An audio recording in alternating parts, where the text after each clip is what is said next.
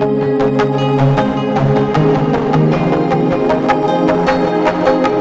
మీ వాక్యమును వినడానికి, ధ్యానించడానికి, గ్రహించడానికి, అనుసరించి అయా మీకు మహిమకరంగా జీవించడానికి సిద్ధపడుతుంది.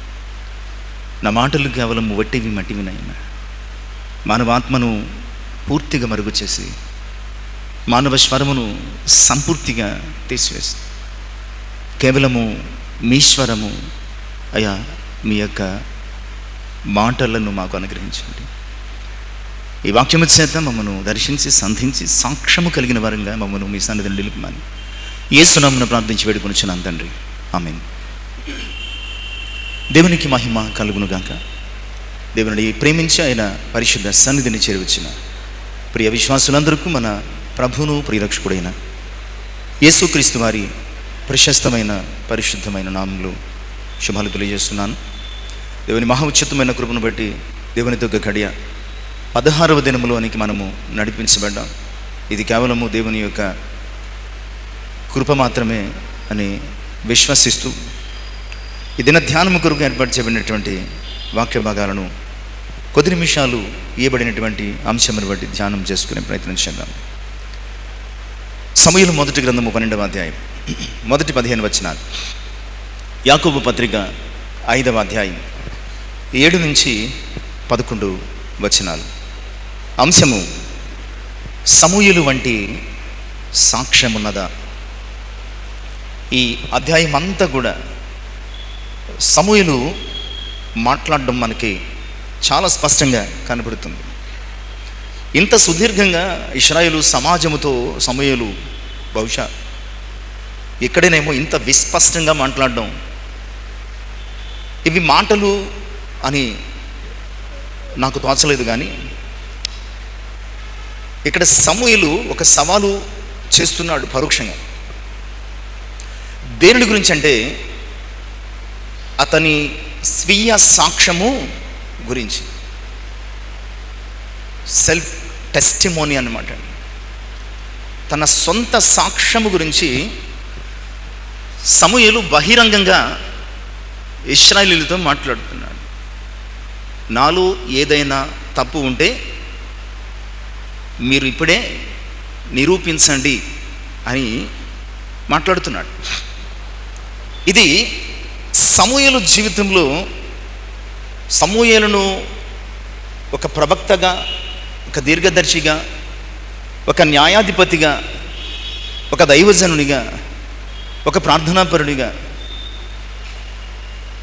మరింత ఉన్నతమైన స్థితికి నడిపించినట్లుగా మనకి అర్థమవుతుంది. ప్రియులారా, ఇశ్రాయేలీయులతో లేదా సర్వ సమాజంతో సమూయేలు మాట్లాడడం మొదలుపెట్టి ఆలకించండి. మీరు నాతో చెప్పిన మాట అంగీకరించి మీ మీద ఒక రాజును కూడా నియమించున్నాను. రాజు మీ కార్యాలను జరిగిస్తాడు. నేనైతే వృద్ధుడిని అయిపోయాను, నా కుమారులు మీ మధ్య ఉన్నారు. బాల్యం నుంచి ఇంత వృద్ధాప్యం వరకు మీ మధ్య కార్యాలు జరిగిస్తూనే ఉన్నాను. అయితే ఎన్నేళ్ల ఈ పరిచర్యలు నేను ఏమైనా మీ దగ్గర నుంచి తీసుకున్నానా, పట్టుకున్నానా, అన్యాయం చేశానా, బాధ పెట్టానా, లంచం పుచ్చుకున్నానా? ఇదిగో ఆయన సన్నిధిని ఆయన అభిషేకించాను అని ఎదుటివాడు నా మీద సాక్ష్యము పలకవాడు. అంటే నా ముందు సాక్ష్యం చెప్పండి. దేవుడు అభిషేకించిన వాడు సమూయేలే కదా, సాక్ష్యము చెప్పండి. ఈ దినమున సాక్షులు అయినారంటే అందులో ఉన్నటువంటి సర్వ సమాజము వారు ఉత్తరం ఇస్తున్నారు, మేము సాక్షులమే, నీవు మా యొద్ద ఏమీ కూడా తీసుకోలేదు, ఎలాంటి అన్యాయము చేయలేదు అని చెప్పగా అప్పుడు తిరిగి సమూయేలు ఇశ్రాయేలు ప్రజలకు ఉద్బోధ చేస్తున్నాడు. ఇదిగో మీ పితరుల దగ్గర నుంచి దేవుడు ఐగుప్తులోంచి మిమ్మల్ని విడిపించి ఇప్పటి వరకు నడిపించాడు. ఈ మధ్యకాలంలో గొప్ప గొప్ప సేవకులను, నాయకులను, దైవజనులను మీ యొద్దకు పంపించాడు. కానీ మీరు పలుమార్లు దేవుని కృప నుంచి తొలగిపోయారు. మీ మీద శిక్ష దేవుడు వేశాడు. మరలా న్యాయాధిపతులను పంపించాడు, యోఫ్తా, సమూయేలు వంటి వారిని.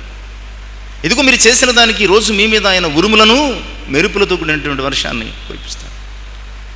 ఆ ఉరుములు, మెరుపులు కురవగా వెంటనే వారు భయపడ్డారు.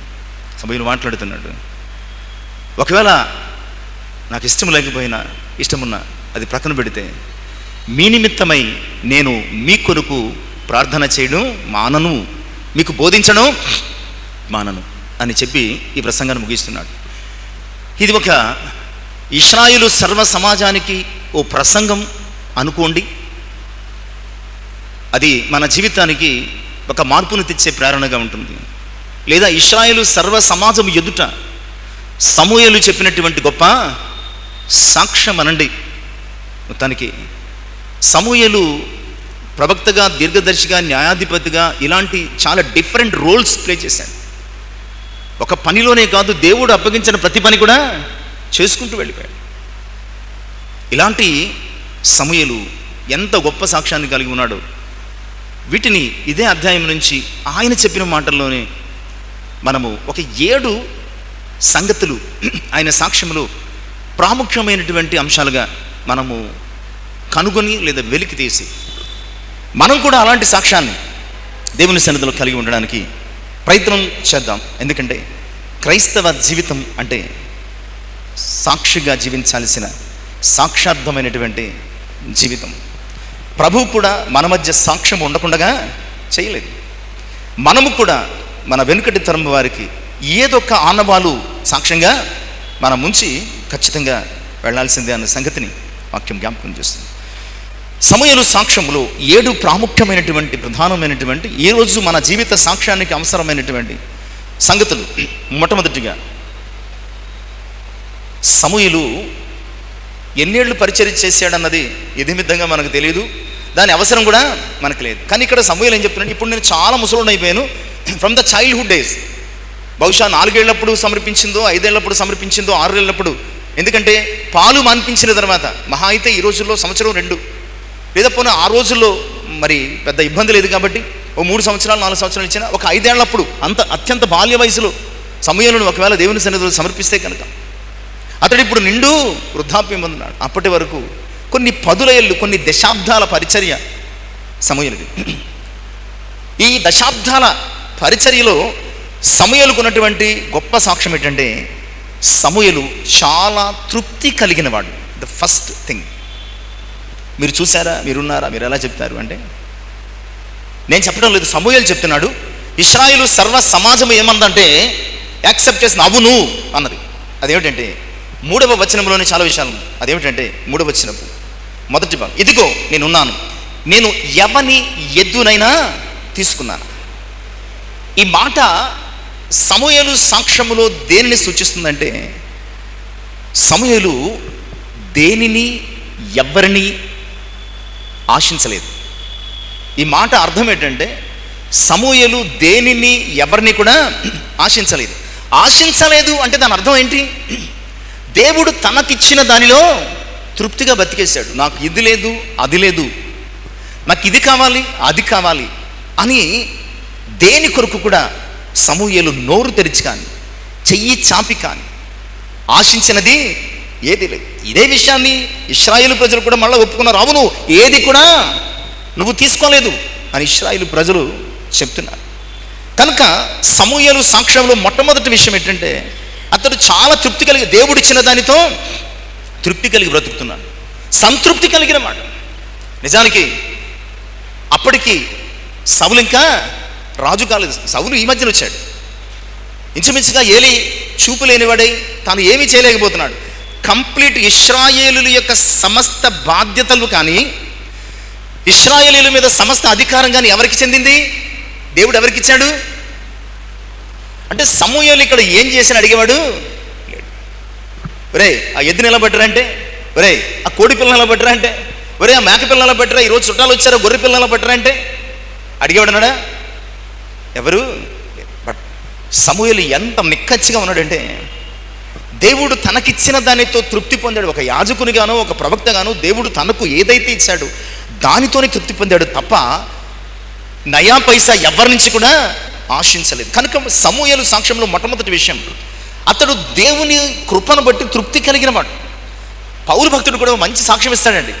ఫిలిప్పీ పత్రిక 4వ అధ్యాయం 11 నుంచి 13 వచనాలు ఈ సుదీర్ఘమైన టెక్స్ట్లో ఏమంటాడంటే, నేను సంపన్న స్థితిలో ఉండగలను, పేద స్థితిలో ఉండగలను, ఆకలితో ఉండగలను, సమృద్ధితో ఉండగలను, చాలా విషయాలు చెప్పాడు. సమయం ఎక్కువ అవుతుంది కనుక నేను తర్వాత మీరు వీలైతే దాన్ని ఆ మాటలు చదువు. నేను ఎలాగైనా ఉండగలను, ఎందుకంటే నేను ఏ స్థితిలో ఉన్నానో ఆ స్థితిలో మరి తృప్తి కలిగి ఉన్నాను. ఎందుకంటే నేనేం చేసినా అది ప్రభువును బట్టే చేస్తున్నాను, ప్రభువును బట్టే చేస్తున్నాను. అంతే తప్ప దేనినో ఆశించి చేసిన పరిచర్య పౌలుది కాదు. ఇక్కడ సమూయేలుది కూడా సేమ్ టు సేమ్ అంతే. ఇదే పౌలు మరల అపొస్తలుల కార్యాల గ్రంథం 20వ అధ్యాయం 33-34 వచనాల్లో, మీ యొద్ద నుంచి నేను వెండినైనను బంగారమునైనను ఆశించలేదు, వెండిన దేనిని ఆశించలేదు. ఎందుకో ఈ తృప్తి అనే విషయంలో పౌలు సమూయేలు చాలా ఎక్కువగా మ్యాచ్ అవుతున్నట్టుగా కనపడుతున్నారు. సమూయేలు తన ఇన్ని దశాబ్దాల పరిచర్యలో తృప్తి కలిగి ఉన్నాడు. ఈరోజు క్రైస్తవ విశ్వాసులుగా మనకు ఉండాల్సిన సాక్ష్యం ఏంటంటే, దేవుడు మనకిచ్చిన దానిని బట్టి, ఒక రొట్టె ముక్కైనా సరే లేదా గిన్నెడు చన్నీళ్ళైనా సరే, దేవుడు మనకి ఇచ్చిన దానిని బట్టి ఇది దైవానుగ్రహము అనుకుని మనము తిని తృప్తి పొందాలి. లాజరు ఎందుకు వెళ్ళాడంటే, దేవుని కృపను బట్టి తృప్తి పొందాడు. నాకు కురుపులు ఇచ్చావు, నా కురుపులు కుక్కలు నాకుతున్నాయి, నాకు తిండి లేదు, రొట్టె మొక్కలు తప్ప ఎలాంటి ఏమి కూడా అనలేదు. కురుపులు కుక్కలు నాకినా, పడ్డ రొట్టె మొక్కలు తిని బతికిన లాజరు చాలా తృప్తిగా ఉన్నాడు. ప్రియులారా, అందుకని అబ్రహాము రొమ్మున అనుకున్నాడు. ఈరోజు క్రైస్తవ జీవితంలో మనం కలిగి ఉండాల్సిన గొప్ప సాక్ష్యం, దేవుడు నీకు అనుగ్రహించిన దానిని బట్టి మాత్రమే తృప్తి కలిగి జీవించు. ఇక దేనిని కోరకు ఇది లేదు అది లేదని విసుక్కోకు. ఇశ్రాయేలు ప్రజలాగా సనుకొని దేవుని యొక్క కోపానికి ఎట్టి పరిస్థితుల్లోనూ గురి కావు. సమూయేలు తృప్తి కలిగిన, నేను దేనిని ఆశించలేదయ్యా, నేను అడిగితే మీరు కాదనేవారు కాదు, బట్ నేను దేనిని మీ దగ్గర నుంచి తీసుకోలేదు, ఆశించలేదు అని చెప్తున్నాడు. ప్రియులారా, జ్ఞాని సొలొమోను. చాలామంది భక్తులు ఏమన్నారంటే, ప్రసంగి గ్రంథం అతడు బాగా దెబ్బతిన్న తర్వాత ఒక వైరాగ్యములోనికి, నైరాశ్యములోనికి వెళ్ళిపోయి అంతా వ్యర్థము వ్యర్థము వ్యర్థము అని తన పర్సనల్ ఎక్స్పీరియన్స్ని చూపిస్తూ రాస్తున్నాడు. ఏమో మనకు తెలియదు, కానీ తన పర్సనల్ ఎక్స్పీరియన్స్ ఏమైనా దేవుని ఆత్మచేత రాస్తూ ప్రసంగి 6:9 ఒక అద్భుతమైనటువంటి మాట అంటాడు, మనస్సున అడియాసలు కలిగి తిరుగట కన్నా ఎదుటనున్న దానిని అనుభవించుట. దేని గురించో ఆశపడి సాక్ష్యం పోగొట్టుకునే కంటే, లేని దాని గురించి, మనది కాని దాని గురించి పరుగులు పెట్టి అరులు చచ్చి సాక్ష్యాన్ని పోగొట్టుకునే కంటే, ప్రియులారా, ఎదుట ఉన్న దానిని మనము తిని తృప్తి పొందుట, సమృద్ధి సంతృప్తి కలిగి జీవించుట చాలా మేలుకరమైన సంగతిని దేవుని యొక్క వాక్యం ద్వారా జ్ఞాపకం చేస్తున్నాను. ప్రియులారా, ఆహాబు ఈ విషయంలో ఫెయిల్ అయినట్లుగా మనం చూస్తున్నాం. ఆహాబు ఈ విషయం, ఒకవేళ నువ్వు తృప్తి కలిగి లేకపోతే దేవుడు నీకు ఇచ్చిన దాన్ని బట్టి ఖచ్చితంగా నీ మీదకి ఏం తెచ్చుకుంటావు? కీడును తెచ్చుకుంటావు. అదే చెప్తున్నాడు సమూయేలు మొదటి గ్రంథం 21:20లో, క్షమించండి, రాజుల మొదటి గ్రంథం 21:20లో, రాజుల మొదటి గ్రంథం 21:20లో, నీవు కీడు చేయుటకు నిన్ను నీవే అమ్మేసుకున్నావు. నువ్వు కీడు చేయడానికి ఏం చేసావంటే నిన్ను నీవే అమ్మేసుకున్నావయ్యా అని చెప్పి చాలా ఖండితంగా మాట్లాడుతూ ఉంటాడు. ప్రియులారా, ఈరోజు మన జీవితాలు ఎలాంటి స్థితి కలిగి ఉన్నాయో ఆలోచించండి. మన బ్రతుకులు ఎలాంటి అనుభవంలో ఉన్నాయో, తృప్తి కలిగి జీవిస్తున్నావా? లేని దాని కొరకు సాక్ష్యాన్ని పోగొట్టుకొని మనము పడిపోతున్నాము. తండ్రి దగ్గర తృప్తి కలిగిన జీవితాన్ని వదిలేసినప్పుడు చిన్న కుమారునికి ఏమైందో తెలుసా? లూకా 15:16లో, తండ్రి దగ్గర తృప్తికరమైన జీవితం, అంతే కదండి, అలాంటి జీవితాన్ని కాదని వదిలేసుకుని దురాశలతో లోకంలోకి వెళ్ళిపోయినప్పుడు అతడు ఆశించిన పందులు పొట్టు కూడా దొరకలేదు. అందుకే నేనేమో పెద్దలేమన్నారు వెరీ గుడ్, దురాశ దుఃఖానికి దురాశ, నేను ఇంకా ఎదిగిపోవాలి, తండ్రి నీడ ఉండకూడదు, తండ్రి ఇన్ఫ్లుయెన్స్ ఉండకూడదు, నేను ఇంకా చాలా గొప్పగా అయిపోవాలని ఏదో ఆశించాడు, ఎక్కడికో వెళ్ళాడు, ఏదో చేశాడు, చివరికి పందులు తినే పొట్టుతో కడుపు నింపుకొని ఆశపడ్డాడు. కానీ అది కూడా, నువ్వు తృప్తి లేకపోతే మన జీవితంలో పొట్టు కూడా దొరకదు. ఈరోజు క్రైస్తవ జీవిత గొప్ప సాక్ష్యం ఏంటంటే, తృప్తి కలిగిన వారుగా మనం జీవించాలి. దేవుడు మనకు అనుగ్రహించిన, దేవుడు మనల్ని పెట్టిన, దేవుడు మనకిచ్చినటువంటి స్థితిలో పెట్టినటువంటి తిండిలో మనము తృప్తిని, ఆనందాన్ని కలిగి జీవించాలి. అయితే గీతే పౌలు అంటాడు ఫిలిప్పీ 1:23లో, నేను వెడలిపోయి క్రీస్తుతో కూడా, ఒకవేళ అత్యాశ ఏమైనా ఉందంటే అది ఏమై ఉండాలి?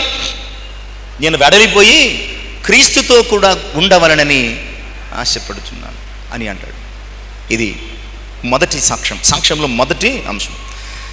ఇక రెండవది, సమూయేలు అక్రమకారుడు కాదు అన్న సాక్ష్యం పొందాడు. లేదా సమూయేలు ఎప్పుడు తన జీవితంలో అక్రమము చేయలేదు. సమూయేలు మొదటి గ్రంథం 3వ 2వ భాగం. ఎవని గార్ధపమునైనా పట్టుకుంటున్నా. దీనినే మనము సమూయేలు అక్రమము చేయలేదని పెట్టుకున్నాం. అక్రమంగా ఎవని గాడిదనైనను, ధర్మశాస్త్రం చెప్తుంది, గాడిదను కానీ పొరుగువానిది ఏదైనా ముట్టుకోవద్దు. సమూయేలుకు ఉన్నటువంటి గొప్ప సాక్ష్యం ఏంటంటే అతనిలో ఎక్కడ అక్రమము లేదు. ఇశ్రాయేలు ప్రజలు ఒప్పుకున్న, అవును నువ్వేం కూడా మా దగ్గర అక్రమంగా తీసుకోలేదు. ఒక మాటలో చెప్పాలంటే సమూయేలు తన జీవితంలో ఎప్పుడూ పరుల ఆస్తిని పట్టుకోలేదు, అక్కడ ఆశించలేదు. ఆశించిన తర్వాత వెరీ నెక్స్ట్ చేసే పని ఏంటి? అతను ఏం చెప్పాడు మనకి? చూచి ఆశించి దాచుకున్నాడు. ఆశించిన తర్వాత నెక్స్ట్ జరిగే పని ఏంటంటే ఆశించిన దానిని పొందుకునే ప్రయత్నం, పట్టుకునే ప్రయత్నం, సంపాదించుకునే, అది బలిమి చేత కావచ్చు, మరి దేని చేత కావచ్చు. సమూయేలుకి సమస్త అధికారం ఉన్నది. ఒక రకంగా చెప్పుకోవాలంటే అతని మాట అవునంటే అవును, కాదంటే కాదని సాగిన గోల్డెన్ డేస్ అనమాట సమూయేలు లైఫ్లో. అలాంటప్పుడు కూడా ఎప్పుడు కూడా ఇతరుల ఆస్తిని పట్టుకోలేదు, ఇతరుల ప్రాపర్టీని పట్టుకోలేదు, ఇతరులకు చెందిన దానిని కనీసము టచ్ చేయలేదు. ఇశ్రాయేలు సమాజం అంతా సమూయేలు యొక్క స్వాధీనంలో ఉన్నప్పటికీ ఇతరుల స్వాస్యము, ఇతరుల సొమ్ము, ఇతరుల సొత్తు, ఇతరుల ఆస్తి అతడు కనీసము ముట్టుకోలేదు. ఈరోజు ఇతరులదు ఏదైనా నీవు ఆశించడం మాత్రమే కాదు, అనవసరంగా ముట్టుకునే ప్రయత్నం, లేదా తీసుకునే ప్రయత్నం, లేదా దొంగిలించే ప్రయత్నం, లేదా దానిని ఇంకా ఏ విధముగానైనా పొందుకునే ప్రయత్నం చేస్తున్నాం మేము. అది చాలా ప్రమాదకరమైనటువంటి విషయం. రాజుల మొదటి గ్రంథము 21:16 వచనంలో నాబోతు చనిపోయాడు అన్న మాట తెలియగానే అహాబు ఏం చేశాడు? అప్పటి వరకు ఎక్కడున్నాడు? మంచం మీద అలిగి పడుకున్నాడు. లేమంటే లేవడు, పలకమంటే పలకడు, ఒలకమంటే ఒలకడు, తినమంటే తినడు, మంచం మీద ముడిచిపెట్టుకుని మూతి ముడుచుకుని పడుకున్నాడు. యెజబెలు కథ అంతా నడిపింది. ఫైనల్గా నాబోతు చనిపోయాడు. చనిపోయిన వెంటనే ఏం చేశాడు? మంచం నుంచి చక్కగా లేచి ఎక్కడికి వెళ్తున్నాడు? నాబోతు ద్రాక్ష తోటను స్వాధీనపరుచుకున్నట్టు పట్టుకోవడానికి వెళ్తున్నాడు. అప్పుడు బయలుదేరాడు ఎవరు? వెరీ నెక్స్ట్ వచనములు అప్పుడు బయలుదేరాడు ఎవరు? ఏలియా.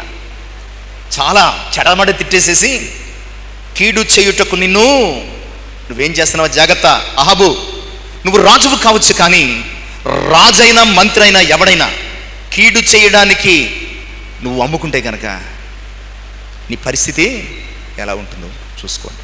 నిజమే, సమూయేలు మాత్రం ఎవ్వరి అహాబు కంటే శక్తి కలిగిన, కమాండ్ కలిగిన, అధికారం కలిగిన వాడు ఎవరు?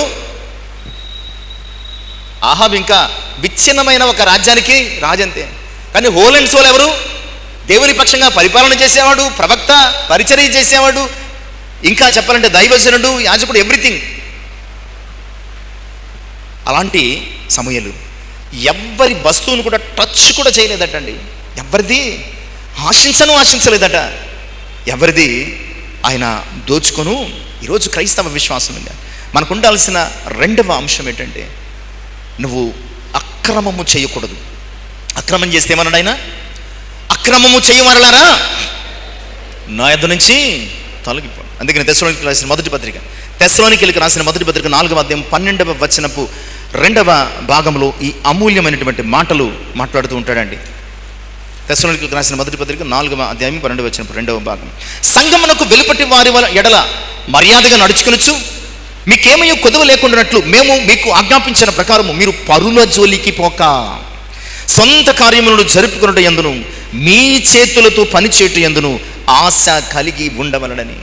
చాలామంది చాలాసార్లు పరుల జోలికి వెళుతూ ఉంటారు. ప్రియులారా, మనము పక్కింట్లోకి తొంగి చూస్తే మన ఇంట్లోకి ఎవరు తొంగి చూస్తారు? పక్కింటోడు తొంగి చూస్తాడు. క్రైస్తవేతరులు దీన్ని కర్మ అన్నారు. ఇది దేవుని యొక్క చిత్తమని మనం అనుకోవాలి. కనుక పరుల జోలికి పోవద్దు, పరుల జోలికి పోవద్దు, పరుల జోలికి పోవద్దు, అక్రమంగా నడుచుకోవద్దు. సమూయేలుకున్న రెండవ అంశం సాక్ష్యంలో, అతడు ఎప్పుడూ కూడా పరుల జోలికి పోలేదు, చాలా మంచిగా జీవించాడు. లూకా 16:12 ఇవన్నీ కూడా క్రైస్తవ నైతిక జీవితానికి సంబంధించిన అద్భుతమైనటువంటి విషయాలు. లూకా 16:12 మీరు పరుల సొమ్ము విషయంలో నమ్మకముగా ఉండని ఎడల, ఇందాక చెప్పాను కదా, ఇప్పుడు మనం పక్కది ఏమన్నా దొంగిలించాలి, పక్కింట్లో చూడాలనుకుంటే మన ఇంట్లోకి ఇంకోటి చూస్తాడు. అదే చెప్తున్నాడు ఇక్కడ, మీరు పరుల సొమ్ము విషయంలో నమ్మకంగా ఉండకపోతే మీ సొంతమైనది మీకు ఎవడిస్తాడు? మీరు పరుల సొమ్ము తీసుకుంటే మీ సొమ్ము కూడా తీసుకోడా అని ఆయన చెప్తాడు. కనుక సమూయేలుకు కలిగిన సాక్ష్యం వల్లే మనము కూడా అక్రమము లేనివారిగా సాక్ష్యము పొందాలి, అంటే క్రమంగా. ఇక మూడవది, సమూయేలుకు ఉన్నటువంటి సాక్ష్యములో మూడవది, సమూయేలు అన్యాయస్తుడు కాదు. ఇది సమూయేలుకున్న సాక్ష్యములు మూడవ అంశం. సమూయేలు అన్యాయస్తుడు కాదు. 3వ వచనపు 2వ భాగం, ఎవరికైనా అన్యాయం చేశానా? అన్యాయం అంటే న్యాయము తప్పుడా? వీటికి ఏమీ పెద్దగా ఉండవు, పెద్ద పెద్ద విపరీతమైనటువంటి అర్థాలు ఏముండవు. అన్యాయం అంటే న్యాయముగా జరగాల్సింది, అంటే చట్టం ప్రకారము, ధర్మం ప్రకారము, లేదంటే మనకున్నటువంటి కాన్స్టిట్యూషన్ ప్రకారము మరొక రీతిగాను ప్రేరణ క్రమంగా నడుచుకోవాలి. సో ఇక్కడ సమూయేలు తన సాక్ష్యంలో చెప్తున్న మూడో విషయం, సమూయేలు అన్యాయస్తుడు కాదు, నేను ఎవ్వనికి అన్యాయము చెయ్యలేదు. అంటే ప్రజలందరూ అంటున్నారు, అవును నువ్వు ఎప్పుడూ కూడా మాకు ఏ అన్యాయము చేయలేదని ప్రజలందరూ చెప్తున్నారు. ప్రియులారా, సమాజం ఎదుట ఎంత దమ్ము ధైర్యంతో చెప్తున్నాడంటే సమూయేలు సాక్ష్యము ఎంత గొప్పది. ఎవరికి అన్యాయం చేయలేదని ఎందుకంటున్నాడంటే, ఇక్కడ సమూయేలుకు ఉన్నటువంటి అనేక పదవుల్లో, అంటే చేసిన పనుల్లో సమూయేలు చాలా ప్రధానమైన పదవి లేదా పని ఏంటంటే, సమూయేలు ఎవరండి? ఇశ్రాయేలు ప్రజలకు సంబంధించి చివరి న్యాయాధిపతి. సో న్యాయాధిపతి పని ఏంటి? న్యాయం తీర్చడం. అంటే ఒక రకంగా చెప్పుకుంటే మంచి ఎర్నింగ్ పోస్ట్ అనమాట అండి, మంచి ఎర్నింగ్ పోస్ట్. ఒక న్యాయాధిపతి ఒకవేళ ఏదైనా సంపాదించాలి, కావాలి, స్వార్థపూరితంగా ఉంటే ఎంతైనా సంపాదించగలడు. న్యాయాధిపతిగా ఉండి అన్యాయం చేసిన వాళ్ళని ఎంతోమందిని మనం చూస్తున్నాం. అంతేందుకు బైబిల్లోని సాక్ష్యం ఉంది. లూకాసు వార్త 18వ అధ్యాయం 1-4 వచనాలు, ఆ పట్టణంలో విధవరాలు ఉంది, వ్యాజ్యం చేయమని ఒక న్యాయాధిపతి దగ్గరికి వెళ్తే అతను న్యాయం చేయలేదు. అతనికి ఉన్న పేరేంటి? దేవునికి భయపడక, మనుషులను లక్ష్య పెట్టక, న్యాయమును అన్యాయముగా, అన్యాయమును న్యాయంగా తిప్పేసేసే భయంకరమైనటువంటి వ్యక్తి. బట్ సమూయేలు ఒక న్యాయాధిపతిగా ఉన్నప్పటికీ ఇద్దరికి చెందిన వివాదం వస్తే అతడు పక్షపాతము లేకుండా న్యాయమును న్యాయముగానే చేశాడు తప్ప న్యాయాన్ని అన్యాయంగా తిప్పివేయలేదు. ఒక గొప్ప న్యాయాధిపతిగా అతడు, ప్రియులారా, అన్యాయస్తుడు కాదు. యెషయా 61:8 న్యాయము చేయుట యెహోవానకు నాకు ఇష్టం అంటాడు. న్యాయాన్ని గురించి చాలా విషయాలు చెప్తా ఉంటాడు. న్యాయము చేయుట యెహోవానకు నాకు ఇష్టం. ఆమోసు 5:15 అంటాడు, ఆమోసు 5:15 అంటాడు, మీ గుమ్మములలో న్యాయమును స్థిరపరచుడి, మీ గుమ్మములో న్యాయమును స్థిరపరచుడి అంటాడు. అదే ఆమోసు గ్రంథము 5:24 అంటాడు, నీళ్లు పారునట్లు న్యాయమును జరిగించండి అయ్యా.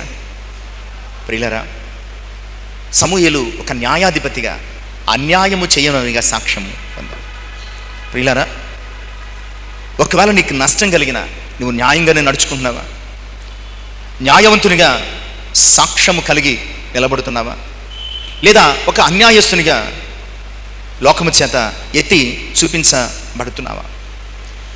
సమూయేలు కష్టమైన, నష్టమైన, విరోధమైన, మరొకటైన న్యాయము చేయుటలో ఎప్పుడు కూడా తప్పిపోలేదు. న్యాయాధిపతిగా న్యాయము చేస్తూ అంటున్నాడు, నేను ఎవరికైనా అన్యాయం చేశానా అంటే ప్రజలందరూ ఏమంటున్నారు? ఎప్పుడు అన్యాయం చేయలేదు.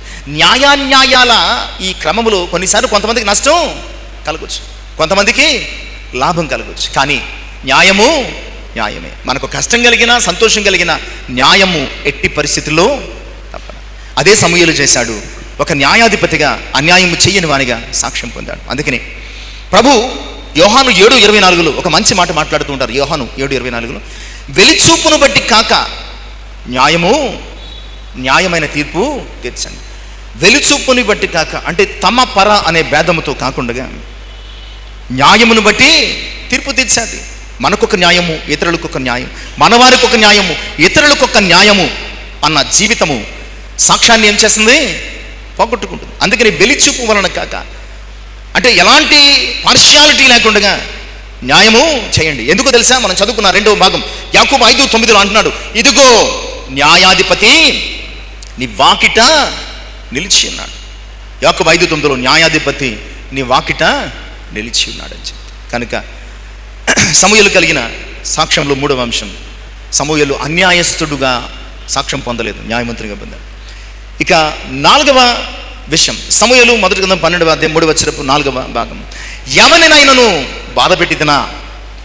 సమూయేలు తన జీవితంలో ఎవరిని బాధ పెట్టలేదు అంటాడు. ఇది ఎలా సాధ్యం? అబద్ధం చెప్తున్నాడా సమూయేలు? ప్రియులారా, నిజంగా సమూయేలు తన జీవితంలో ఎవరిని బాధ పెట్టలేదు. అయితే ఒక న్యాయాధిపతిగా, ఒక ప్రవక్తగా, ఒక దైవజనుడిగా, ఒక దీర్ఘదర్శిగా, ఒక అధికారిగా దేవుడిచ్చిన అధికారమును బట్టి సమూయేలు దేవుడు చెప్పమన్నది చెప్పాడు, దేవుడు చెయ్యమన్నది చేశాడు, దేవుడు ఖండించమన్న దానిని ఖండించాడు, దేవుడు బుద్ధి చెప్పమన్న దానిని బుద్ధి చెప్పాడు. తన స్వంతముగా కానీ, తన స్వార్థము కొరకు కానీ ఎప్పుడు తాను వ్యక్తిగత స్థితి కొరకు ఎవరిని బాధపెట్టలేదు. దేవుని వాక్యాన్ని బట్టి మీరు ఇలా తప్పు చేశారు, ఇలా పాపం చేశారు, ఇలా దేవునికి అవిధేయులయ్యారని ఖండించాడు తప్ప, అది ఒకవేళ ఇతరులకు బాధ అయితే ఆ నేరము సమూయేలుదు కాదు. ఎందుకంటే అది దేవుడు చెప్పమన్నాడు. ఈరోజు మనం ఎలాగున్నాం? సొంతంగా కానీ, స్వార్థంగా కానీ, వ్యక్తిగత కక్షతో కానీ, లేదంటే మరొక ఉద్దేశంతో, ఉద్దేశపూర్వకంగా కానీ, మాట చేత కానీ, క్రియ చేత కానీ మనం ఇతరులను బాధ పెడుతున్నామా? ఆలోచన చేసుకోండి ప్రియులారా. సమూయేలు తన జీవితంలో దేవుడు పలకమన్న మాట విషయంలో, ఖండించమన్న మాట విషయంలో, బుద్ధి చెప్పమన్న మాట విషయంలో తప్ప, ఒకవేళ దాని విషయమై వారు కష్టం తెచ్చుకుంటే అది దేవునికి లెక్క అప్పగించుకోవలసింది. ఉద్దేశపూర్వకంగా ఎప్పుడూ కూడా ఎవరిని సమూయేలు బాధ పెట్టలేదు. ఈరోజు సమూయేలు కలిగిన సాక్ష్యం అనుకుందా? లేదా ఉద్దేశపూర్వకంగా కానీ, బలిమి చేత కానీ, కక్ష చేత కానీ, సొంతంగా కానీ, స్వార్థంగా కానీ ఒకవేళ ఇతరులను ఉద్దేశపూర్వకంగా బాధ పెట్టేవారంగా ఉన్నామా? ఆలోచించండి. యెహోషువ గ్రంథం 7వ అధ్యాయం 25వ వచనంలో, యెహోషువ గ్రంథం 7వ అధ్యాయం 25వ వచనంలో యెహోషువ ఒక మాట అంటాడు. ఈ మాట చదువుకుందాం. అప్పుడు యెహోషువ నీ వేల మమ్మును చాలండి. అప్పుడు యెహోషువ నీవు యాల మమ్మును బాధ పెట్టితివి అంట. ఎవరి గురించి? ఆకారుని చూసి అంటాడు అనమాట అండి. ఆకాన్ని ఎవరిని బాధ పెట్టాడు చెప్పండి? బాధ పెట్టాడు ఎవరినన్నా? అయితే ఆ షినారు వస్త్రం, వెండి, బంగారం తీసుకుని లోపల దాచుకున్నాడు. అది ఎవరిదైనా, ఇశ్రాయేలు ప్రజలు ఎవరిది కాదు కదా, శపితమైన సొమ్ము. అయితే దేవుణ్ణి బాధ పెట్టాడేమో తప్ప ఎవరినైనా బాధ పెట్టాడా? మరి ఎందుకంటున్నాడు యెహోషువ, నా కుమారుడా నీవి కార్యము చేయటి చేత మమ్మల్ని చాలా చాలా చాలా చాలా చాలా బాధ పెట్టేశావు అని ఎందుకన్నాడు యెహోషువ అంటే, ప్రియులారా, యెహోషువ గ్రంథం 7వ అధ్యాయం 4-5 వచనాలు. హాయి వారి మీదకి యుద్ధానికి వెళ్ళిపోయారు. వెళ్ళిన తర్వాత చాలా సులువుగా అన్నారు, హాయి వారు చిటికలో ఓడిపోతారు, వారు చాలా తక్కువ, చిన్న సైన్యం, మనం వెళితే మన సౌండ్కి, మన చప్పుడికి వాళ్ళు చచ్చిపోతారు అని హాయి వారి మీదకి దర్జాగా, హాయి వారి మీదకి హాయిగా యుద్ధానికి వెళ్ళారు. ఆ రోజు ఇశ్రాయేలు ప్రజలు హాయి వారి మీదకి ఎలాంటి టెన్షన్ లేకుండా హాయిగా యుద్ధానికి వెళ్ళారు. ప్రియులారా, తిరిగి వచ్చేసరికి ఓడిపోయి 36 మంది చచ్చిపోయారు. ఎవరిలోని? ఇశ్రాయేలీలలో 36 మంది చచ్చిపోయారు. సమూయేలు చాలా పోరాడాడు. అయ్యా, ఇంతగా ఓడిపోవడానికి మేము ఏం పాపం చేసామయ్యా అంటే, ఒకసారి చెక్ చేయి అన్నాడు. వంశాలు, గోత్రాల ప్రకారం లెక్క కట్టి చెక్ చేస్తే ఎక్కడి వరకు వచ్చింది లెక్క? ఆకాను వరకు వచ్చింది. అప్పుడు అంటున్నాడు, నా కుమారుడా మమ్మల్ని ఎందుకు బాధ పెట్టావయ్యా? మమ్మల్ని ఎందుకు బాధ పెట్టావు? ఈరోజు ప్రత్యక్షంగా కానీ, పరోక్షంగా కానీ మన క్రియ, మన మాట వలన ఒకవేళ ఇతరులను బాధ పెడుతున్నామేమో, అలాంటి సాక్ష్యం కలిగి ఉన్నామేమో.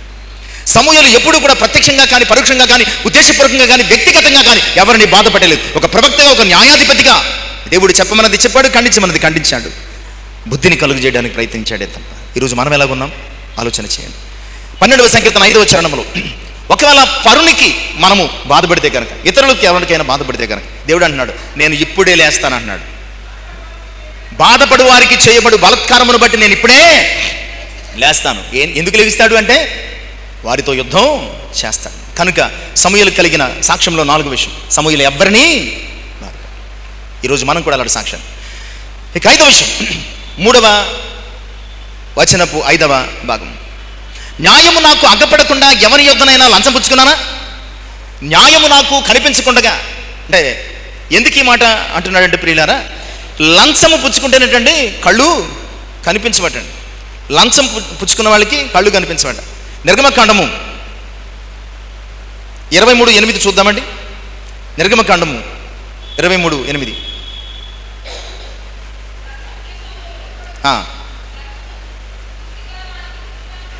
లంచము దృష్టి గలవానికి గుడ్డిత. ఇది న్యాయమా అన్యాయమా అన్న విషయం కనిపించదటండి. ఇది న్యాయమా అన్యాయమా? అసలైన న్యాయాధిపతి ఇశ్రాయేలీయులందరినీ చూసుకోవాల్సిన బాధ్యత ఇతనికి మాత్రమే ఉన్నది. ప్రియులారా, సమూయేలు ఎంత కావాలంటే అంత సంపాదించుకోవచ్చు. సో సమూయేలుకు ఉన్నటువంటి 5వ అంశం సాక్ష్యంలో ఏమిటంటే, ఎవ్వని యొద్ద కూడా లంచం పుచ్చుకోలేదు. ఎవ్వని యొద్ద కూడా లంచం పుచ్చుకోలేదు. న్యాయము కనపడకుండా అన్యాయం చేయడానికి లంచం పుచ్చుకోలేదు. ఒకవేళ న్యాయమును న్యాయముగా త్రిప్పివేయడానికి ఎవరి యొద్ద లంచము పుచ్చుకున్న సాక్ష్యం ఎక్కడా లేదు. ఎలాంటి పక్షపాతము కానీ ప్రతిఫలము కానీ ఆశించి తన పని చేయలేదు. పక్షపాతము లేకుండా, ప్రతిఫలము ఆశించకుండా తన బాధ్యతను నెరవేర్చాడు. ఎవరి దగ్గర లంచము పుచ్చుకో అవకాశం ఉండి కూడా. చాలామంది మేము లంచం పుచ్చుకోలేదంటే అనొచ్చు. ఒకవేళ అవకాశము ఉండకపోవచ్చు. లంసంగా అమౌంట్ వచ్చిందనుకోండి, ఏం చేస్తాం? లంసంగా అమౌంట్ వచ్చిందనుకోండి, ఏం చేస్తాం? మనం కాదులేండి, ఎవరైనా ఏం చేస్తామంటే, ₹1 కోటి లంచం వచ్చిందనుకోండి, లైఫ్లో సంపాదిస్తాం, సర్లే దేవునికి దశభాగం వేసేసుకుందాంలే. ఎందులోని లంచంలో దేవునికి అలాంటి అనుభవాలు కలిగిన వారు కూడా ఉన్నారండి. అది అపరాధ పరిహారార్థ రుసుము అనమాట అండి. రకరకాలు వేసేయడానికి ఏంటంటే, ఆ తప్పులు పాపాలు కడిగి వేసుకోవడానికి బంగారాలు, వెండి, డబ్బులు, కట్టలు కోట్లు వేసేస్తూ ఉంటారు. ప్రియులారా, సమూయేలు అలాంటి న్యాయాధిపతి కాదు, అలాంటి సాక్ష్యం కలిగిన వాడు కూడా కాదు.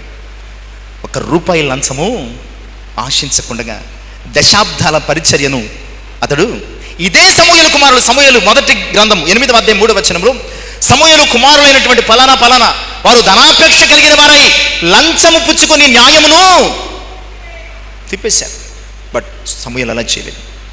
ఎక్కడ ఎవరి దగ్గర లంచం పుచ్చుకోలేదు. ఒకవేళ ప్రియ సంగమా, ఈరోజు ఒకవేళ మనం న్యాయాన్ని న్యాయంగా, సత్యాన్ని అసత్యంగా, అసత్యాన్ని సత్యంగా, ధర్మాన్ని అధర్మాన్ని ధర్మంగా ఒకవేళ మార్చేయడానికి మనము ఎవరి యొద్దనైనా ఏదైనా ఆశించి, డబ్బు కానీ, ఆస్తి కానీ, లేదంటే ఫేవర్ కానీ ఆశించి చేస్తున్నామా? చాలా పాపమది. యాకోబు 4:17 అంటాడు, యాకోబు 4:17 అంటాడు, మేలు చెయ్య నెరిగియుండియు అలాగు చెయ్యని వానికి పాపము కలుగును. అది ఏమిటండి? న్యాయమును న్యాయముగా నువ్వు చేయాల్సిన స్థితిలో, స్థాయిలో, స్థానములో ఉండి కూడా అలా చేయకపోతే అది చాలా ఘోరమైనటువంటి పాపముగా దేవుని యొక్క వాక్యం. ఎందుకంటే మన దేవుడు ఎలాంటివాడంటే, ద్వితీయోపదేశకాండం 10:17 ఆయన తాయిలాలు తీసుకుని తాంబూలాలు ఇచ్చేవాడు కాదు. అంటే ద్వితీయోపదేశకాండం 10:17 ఏం చెప్తాడంటే, మహాప్రభు, పరమప్రభు, పరమదేవుడు ఆయన లంచం పుచ్చుకొనివాడు అంటాడు. ఆయన లంచం పుచ్చుకొనివాడు. ప్రియులారా, ఈరోజు ప్రపంచంలో క్రైస్తవ విశ్వాసంగా కూడా పలానా వ్యక్తి లంచం పుచ్చుకున్నాడు అన్నటువంటి చెడు సాక్ష్యముతో మనము లోకానికి ఎక్కుతూ ఉంటాం. కొన్ని సందర్భాల్లో నెహెమ్యా గ్రంథంలో 2 చక్కని సందర్భాలు వివరించబడతాయండి. నెహెమ్యా గ్రంథము 6వ అధ్యాయము 12వ వచనం. నెహెమ్యా గ్రంథం, ఇది కింద మీద పడితే ఇత్తేనుగాని వచ్చేది కదా. ఇది 6:12 అంటాడు, అప్పుడు దేవుడు అతనిని పంపలేదని టోబియాను సన్బల్లటును అతనికి లంచం ఇచ్చినందున నా విషయమై అబద్ధ ప్రకటన చేయడానికి లంచం ఇచ్చారటండి టోబియా, సన్బల్లట్. ఒకవేళ మన జీవితంలో కూడా లంచము పుచ్చుకొని అబద్ధమైన చాటింపులు వేస్తున్నాము. లంచం అంటే ఒక ధన రూపంలోనే కాదు, ఒక ఫేవర్ కావచ్చు, మరొకటి కావచ్చు, దేనినైనా ఆశించి. ఇదే నెహెమ్యా గ్రంథం 6:13 అంటాడు, ఇందువలన నాకు భయం పుట్టగా నేను అతను చెప్పినట్టు చేసి పాపములు పడుతుంది అనుకుని నా మీద నింద మోపినట్లుగా నన్ను గురించి చెడు వార్త పుట్టించుటకు వారు అతనికి అబద్ధ ప్రకటన చేయడానికి లంచం ఇచ్చారట. చెడు వార్త పుట్టించడానికి లంచం ఇచ్చి ఫేవర్ చేసుకోవడానికి ప్రయత్నం చేశానట. ప్రియులారా, సమూయేలుకు అలాంటి సాక్ష్యం లేదు. అస్సలు లంచం పుచ్చుకుని ఏది సత్యాన్ని అసలు అబద్ధాన్ని నిజమని నమ్మించే ప్రయత్నం చేయలేదు. ఎలాంటి చెడు వార్తను లంచం పుచ్చుకుని అతడు ప్రకటించలేదు. నిజంగా లంచం పుచ్చుకుంటే మనసు చెడిపోతుందటండి. లంచం పుచ్చుకుంటే ప్రసంగి 7:7 అంటాడు, లంచం పుచ్చుకుంటే మనసు చెడిపోతుంది. అలాగే యెషయా 33:15 చదవవసరం లేదని సమయం అవుతుంది. యెషయా 33:15 ఇంకొక చక్కని మాట ఏమిటంటే, లంచము పుచ్చుకున్న వాడటండి ఉన్నత స్థలములో నిలిచి ఉంటాడటండి. ఉన్నత స్థలంలో నిలిచి ఉంటాడు. కనుక ఈరోజు సమూయేలు వలె ఎలాంటి ఫేవరిజం లేకుండా మనం ప్రవర్తిస్తున్నామా, లేదా లంచము అనే ఫేవరిజం మనం చూపిస్తున్నాం? ఆలోచన చేసుకుందాం. ఇక 6వ అంశము సమూయేలు సాక్ష్యములు. ఇది కొంచెం సుదీర్ఘమైనటువంటి వాక్యము. 12వ అధ్యాయం 11 నుంచి 16. ఇదేమి చదవద్దు. 11 నుంచి 16 వచనాలు. ఇక్కడ ఏంటంటే సమూయేలు ఇశ్రాయేలీయులకు అవిధేయతను గురించి ఖండిస్తున్నాడు. పలానా వారిని పంపి శత్రువుల చేతుల నుంచి మిమ్మల్ని విడిపించి మీరు నిర్భయంగా కాపురం చేయనట్లు మీకు దేవుడు తన కృపను అనుగ్రహిస్తే మీరు దేవుణ్ణి రాజులు కాదని మీరు లోక వ్యక్తిని రాజుగా ఎంచుకుని దేవుని ఆజ్ఞను భంగం చేసేసారు. అయినప్పటికీ దేవుడు ఏదో కృప చూపించి మిమ్మల్ని నడిపించాడు. మీరు చేసిన దానికి ఆయన చేయు గొప్ప కార్యమును మీరు నిలబడి చూడండి. ఇదిగో మీ మీద ఉరుములు ఆ మెరుపుల వర్షముతో ఆయన పంప వేడుకుని వచ్చున్నాను అంటాడు. ప్రియులారా, సమూయేలు ఇక్కడ మాత్రమే కాదు, సమూయేలు చరిత్రలో ఎక్కడ చూసిన ప్రియులారా, సమూయేలుకు ఉన్నటువంటి గొప్ప సాక్ష్యం అతడు చెప్పలేదు కానీ అతని ప్రవర్తన చెప్తుంది. సమూయేలుకు ఉన్న గొప్ప సాక్ష్యం అతడు చెప్పలేదు, అతని ప్రవర్తన చెప్తుంది. ఏంటో తెలుసా? సమూయేలు నిష్పక్షపాతి. అర్థమైందా? తమ పర అనే భేదం సమూయేలుకి ఎక్కడ ఎవడైనా ఖండించేవాడు అంతే. ఇశ్రాయేలు ప్రజలలో లేవీ సంతతికి చెందినటువంటి వారైనా లేదా ఇతర గోత్రాలకు చెందిన వారైనా వారు ఎంతటి వారైనా ఎవరైనా సమూయేలు దేవుని మాటగా చెప్పి ఖండించడం విషయంలో కానీ బుద్ధి చెప్పడం విషయంలో కానీ ఇక్కడ కూడా ఏమన్నాడు? దేవుడు మీకు ఇంత మేలు చేశాడు, మీరు ఇంత కీడును, దేవుడు ఇంత గొప్పగా ఆయన తానే రాజయుండి 430 సంవత్సరాల ఆ గొప్ప భయంకరమైనటువంటి బానిసత్వం నుంచి విడిపించి అరణ్యంలో నడిపించి ఇక్కడికి తీసుకొచ్చి ఒక రాజ్యంగా మిమ్మల్ని స్థిరపరిచి శత్రువులు విజయమిచ్చి బహుగా పోషిస్తే ఇలాంటి దేవుణ్ణి రాజుగా వద్దనుకుని మీరు కృతజ్ఞత లేని వారై ఒక రాజును కోరుకున్నారు కదా, మిమ్మల్ని ఏం చేయాలి? ఇందులో ఏమైనా మొహమాటం ఉందా? సమూయేలు చెప్పినా చేసినా ఎక్కడా కూడా ప్రకటనలలో మాటల్లో నిర్మోహమాటంగా మాట్లాడాడు. అంటే సమూయేలు నిష్పక్షపాతి. ఇంకా చెప్పాలంటే దేవుని పక్షపాతి. సమూయేలు ఏంటండి? నిష్పక్షపాతి మాత్రమే కాదు, దేవుని పక్షపాతి, నిర్మోహమాటస్తుడు అనమాట సమూయేలుకున్న సాక్ష్యం. ఎవరు ఏమనుకున్నా, ఎవరు ఏం చేసినా సరే సమూయేలు ఎక్కడా వెనక్కి తగ్గలేదు. 2 ఉదాహరణలు చెప్తాను. ఒక రాజుగారి దగ్గరికి మీరు వెళ్తే ఎలా ఉంటారు? రాజుగారు వద్దండి, మనం ఉన్న పట్టణానికి ఉన్నతాధికారి దగ్గరికి వెళ్తే ఎలా ఉంటాం చెప్పండి. మనం ఇక్కడ ఏదో పొడి చేద్దాం, చంపేద్దాం అనుకుంటాం, వెళ్తాం. తీరా ఆయన దగ్గరికి వెళ్ళేటికి అయ్యా, బాబా, సార్ గారు అని మన మాటలన్నీ ఏమైపోతాయి? తారుమారైపోతాయి. ఫైనల్గా ఆయన ఏం చెప్తుంది? సర్లేండి సార్ అని వచ్చేద్దాం. మనం పనిచేస్తున్న డిపార్ట్మెంట్ హెడ్ దగ్గరికైనా అంతే. లేదంటే షోకేస్ నోటీసు, మెమోనో, ఇంకోటి ఇస్తారు. అంతేనండి? 2 ఉదాహరణలు చెప్తాను మీకు. ఒకటి మనం భవిష్యత్తులో ధ్యానించబోయే అంశాలు. ఒకటి సమూయేలు మొదటి గ్రంథం 13వ అధ్యాయం 11 నుంచి 14 వచనాలు. 2 సమూయేలు మొదటి గ్రంథము 15వ అధ్యాయం 14 నుంచి 26 వచనాలు. ఒకటి సమూయేలు మొదటి గ్రంథం 13, 11 నుంచి 14. రెండవది సమూయేలు మొదటి గ్రంథం 15, 14 నుంచి 26. ఈ 2 సందర్భాల్లో సమూయేలు ఎవరిని ఎదుర్కొంటున్నాడో తెలుసా? రాజైనా అప్పటికి సౌలు మీద చాలా ఫేవర్గా ఉన్నారు. ఎవరు? ప్రజలందరూ. ఎప్పుడైతే మొదటి యుద్ధంలో అమ్మోనీయులు జయించాడో చాలా ఫేవరిజం వచ్చింది. సౌలు అంటే ఒక దేవుడిగా చూసేస్తున్నారు అంతే.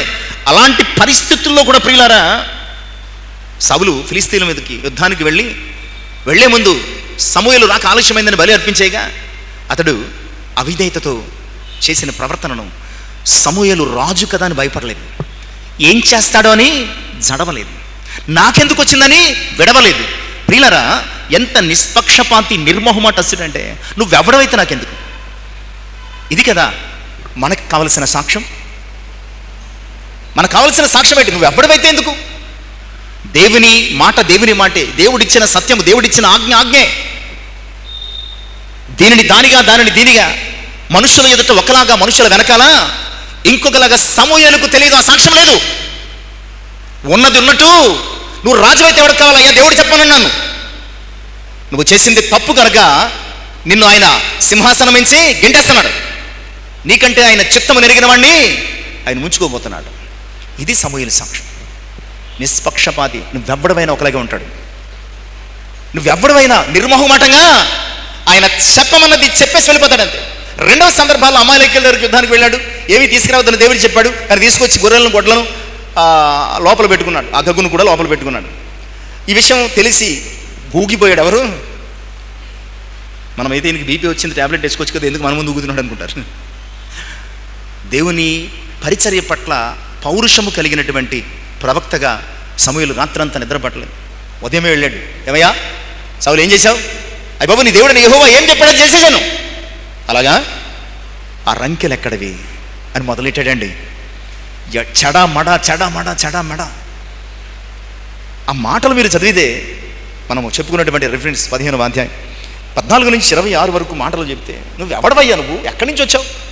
నువ్వు ఎలాంటి వాడిని తీసుకొచ్చి దేవుడు ఎలాంటి వాడిని చేశాడు? ఏ స్థానం నుంచి, ఏ స్థితి నుంచి నేను తీసుకొచ్చి రాజును చేశాడు? ఇప్పుడు నువ్వు దేవుని మాటకు వ్యతిరేకమైతే నువ్వు తీసుకొచ్చిన బలులు ఎవరికి కావాలయ్యా? బలులు అర్పించడం కంటే, పొట్టేలు కొవ్వు అర్పించడం కంటే మాట వినట కదా శ్రేష్టం. మనం చెప్పగలమా? ఇంత నిష్పక్షపాతంగా, ఇంత నిర్మోహమాటంగా, ఇంత స్ట్రైట్గా మనం చెప్పగలమా? చెప్పితేనే నీకు సాక్ష్యం. చెప్పకపోతే ఓ సామెత ఉంది, కొంచెం మోటగా ఉంటుంది. చెప్పకపోతే ఎలా ఉంటుందంటే, ఓ సామెత, అటు ఇటు ఊగేవారిని ఏమంటారు? అక్క బావా. అక్క బావా టైప్ అనమాట అండి ఇది. అంటే అక్క దగ్గర ఏమంటాడు వీడు? క్యాష్ కోసం, అంటే వాడు పనివాడు చేసుకోవడం కోసం అక్క దగ్గర అక్క అంటాడు. అక్క దగ్గర తీసేసుకున్న తర్వాత బావ దగ్గరికి వెళ్ళి ఏమంటాడు? బావా, మా అక్క ముచ్చిది బావా, నువ్వు మంచోడు కాబట్టి దాంతో పడుతున్నావు అంటాడు. అంటే ఎవరి దగ్గర? సమూయేలు అలాంటుడు కాదు. అందుకని ఈరోజు సమూయేలు కోసం మాట్లాడుకున్నాం. సమూయేలు అలాంటుడు కాదు. అందుకని ఈరోజు సమూయేలు కోసం మాట్లాడు. పక్షపాతము లేనివాడంతే. అయితే గితే పక్షపాతం ఉందంటే సమూయేలుకు ఏ పక్షపాతం ఉందంటే దేవుని పక్షపాతం ఉంది. ఇక ఎవరి ఎడల పక్షపాతి కాదు, నిష్పక్షపాతముగా దేవుని పక్షపాతిగా సమూయేలు గొప్ప సాక్ష్యము కలిగి ఉన్నాడు అన్న సంగతిని దేవుని యొక్క వాక్యము. సామెతల గ్రంథం 24, 23, 24 చదువుదాం. సామెతల గ్రంథం 24వ అధ్యాయం 23 నుంచి 20 త్వరగా చదువుదామండి.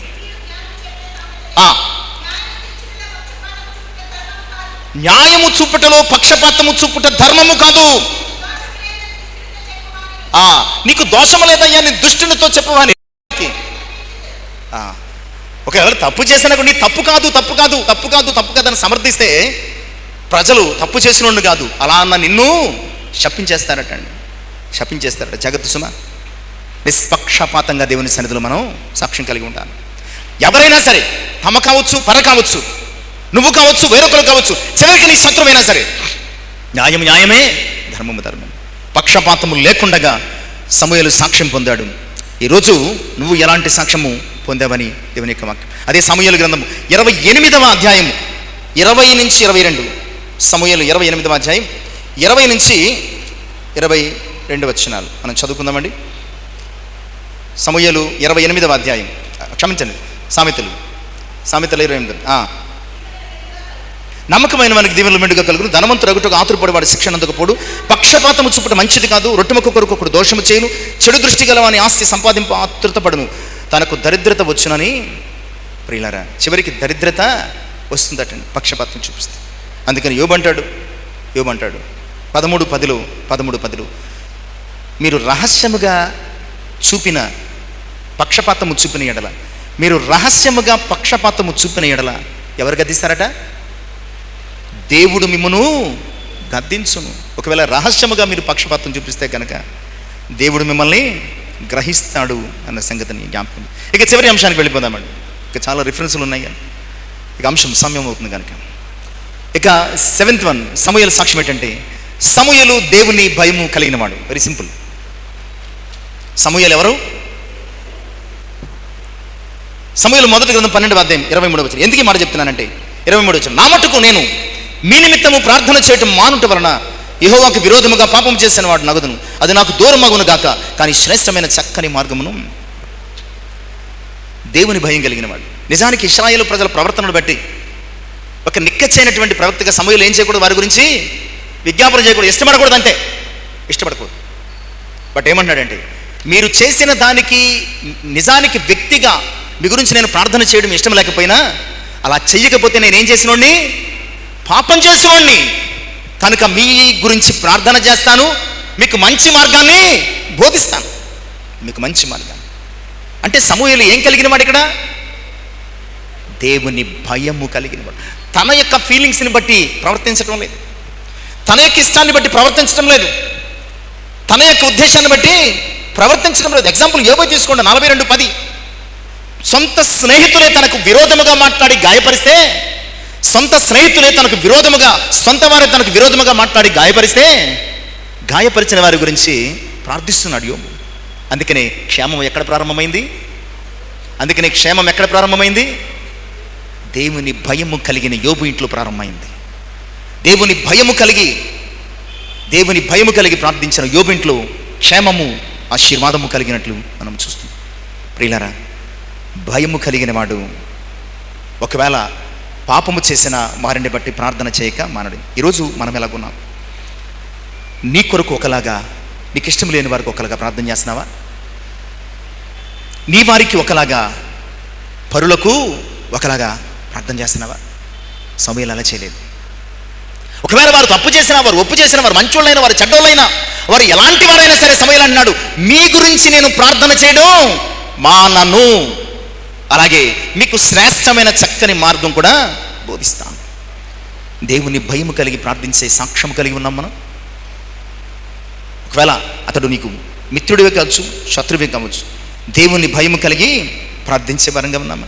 యాకోబు 5:16 అంటాడు, మీరు ఒక్కని పాపములు ఒకరితో ఒప్పుకొనుడి, ఒకరి కొరకు ఒకరు ప్రార్థన చేయుడి, అప్పుడు మీ పాపాలు క్షమించబడతాయి. నీతిమంతుని ప్రార్థన. ఇక్కడ అసలు నాకు ఇక్కడ ఎందుకు ఈ మాట వచ్చింది? నీతిమంతుల ప్రార్థన అంటాడేంటి? అలాంటప్పుడు ఆ ప్రార్థన ఆలకించబడుతుందని చెప్పాలి కదా. ప్రియులారా, ఇక్కడ ఒకరి గురించి, ఒకరి మేలు గురించి, ఒకరి క్షేమం గురించి ఇంకొకరు ప్రార్థన చెయ్యడమే నీతిమంతుడు. అలా చేసేవాడెవరు? నీతిమంతుడు. ఒకరి కొరకు ఒకరు ప్రార్థన చేయండి. నీతిమంతుని ప్రార్థన అంటే ఒకరి కొరకు ఒకరు క్షేమము కోరి ఎవరైతే ప్రార్థిస్తారో వారు ఎవరటండి? నీతిమంతుడట. సమూయేలు అలాంటి నీతిమంతుడిని సాక్ష్యం పొందాడు. సో ఈరోజు మరి నువ్వు ప్రార్థిస్తున్నావా? నీకు ఇష్టమన్నా లేకపోయినా, నేను కష్టపెట్టిన వారైనా, నీకు నష్టం కలుగు చేసిన వారైనా, దేవుని సన్నిధిలో నీవు నిజంగా వారి గురించి ప్రార్థిస్తున్నావా? నీతిమంతుడను సాక్ష్యము పొందావా లేదా? ప్రియులారా, మత్తయి 5:44 మిమ్మును హింసించు వారి కొరకు, మత్తయి 5:40 మిమ్మును హింసించు వారి కొరకు మీరు కూడా హింస చేయడానికి సిద్ధంగా ఉండండి అన్నాడా? పగ తీర్చుట నా పని, నేను వారికి ప్రతిఫలం ఇస్తాను. మీరేం చేయాలంటే ప్రార్థన చేయండి అండి. మిమ్మల్ని హింసించు వారి గురించి ప్రార్థన చేయండి. ఒకవేళ మీ మీద ఎవరికైనా విరోధం ఉంటే కనుక మీరు ప్రార్థన చేయడం ముందు ఆపేయండి, ముందు వెళ్ళి అక్కడ సమాధాన పడండి. ఇవన్నీ ప్రభు ఎలా చెప్పాడంటే తాను చేసి చూపించి చెప్పాడు. లూకా 23:33 కూడా ఆయన కూడా ఏం చేశాడు? తనను హింసించి, వేధించి, బాధించి, దుఃఖపరిచి, కష్టపెట్టినటువంటి వారందరిని చూసి సింపుల్ స్టేట్మెంట్ ఇస్తూ ప్రార్థించాడు. ప్రభు, తండ్రి, వీళ్ళకి ఏమీ తెలియదు నాయన. వాళ్ళకి తెలీదా? ప్రభువును దూషించడం వాళ్ళకి తెలీదా? ప్రభువును నిందించడం వాళ్ళకి తెలీదా? ప్రభువును కొట్టడం తెలీదా? ప్రభువును తిట్టడం తెలీదా? ప్రభువును పైశాచికంగా పడవడం తెలీదా? అన్నీ తెలుసు కదా.